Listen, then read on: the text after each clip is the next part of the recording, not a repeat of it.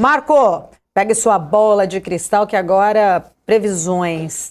Brincadeiras à parte, eu sei que você estava ali fazendo um momento consultoria com o Will, só puxando um gancho, quanto sobe o S&P 500 na sua opinião ali em 2025?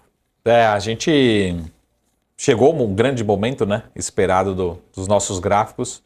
E a gente vai ver aqui, não minha, mas algumas projeções de grandes bancos, grandes corretoras.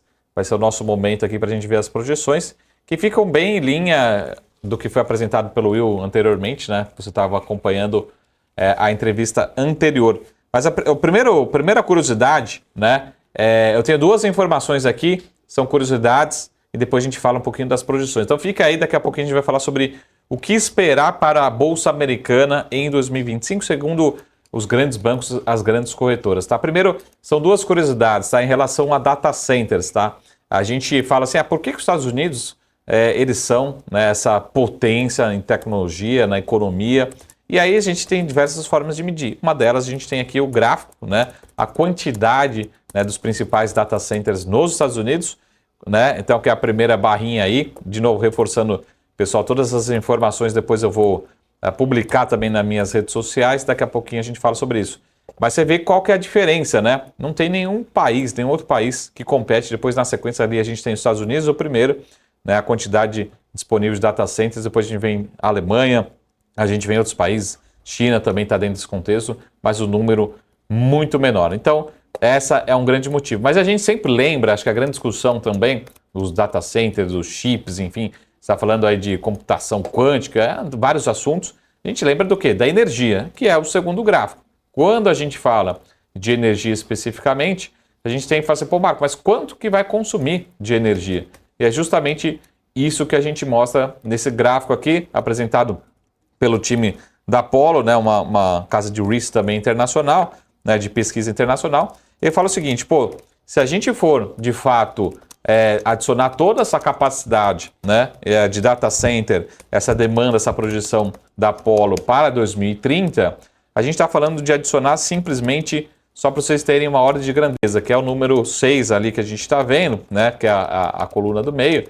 Basicamente, a gente teria que adicionar mais ou menos em termos de energia, a capacidade que vai demandar todos esses data centers, mais ou menos 3 vezes o que demanda a cidade de Nova York hoje em termos de energia. Ou seja, a gente precisaria de 3 cidades de Nova York em termos de consumo. Então, curiosidades, os Estados Unidos realmente desponta pela sua tecnologia, por várias formas de medir, mas também a gente vai precisar de muita energia para entregar toda essa tecnologia demandada, essas projeções da Apollo até 2030. Mas vamos pegar aqui no próxima tabela, né, o próximo gráfico, tá? Que a gente tem várias informações nessa próxima tabela. Então, são várias projeções. Eu sei que vai ficar um pouquinho, né, difícil aí de entender. Então, eu vou deixar a minha sugestão, pessoal. Me sigam lá no Marco Saravale, né, no Instagram. Eu vou disponibilizar essa tabela. Se você também não conseguir ver lá, me manda um direct que eu passo para você diretamente essa tabela. Aqui tem todas as projeções do Barclays, da Bloomberg,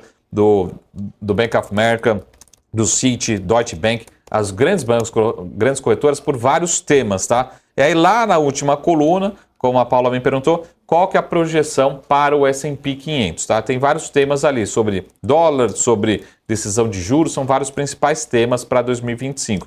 Qual que é a projeção hoje? As projeções, elas rondam, né, como o Will falou, ali próximo de 6.600, 6.700 pontos para o S&P 500, então a gente está falando aí de uma projeção para o S&P 500 da ordem de uns 10%, talvez, um pouco mais, um pouco menos. Tem algumas projeções com algo se aproximando de 7 mil pontos, os mais otimistas, alguns pessimistas aí um pouco mais próximo dos seus 6.500 pontos, tá?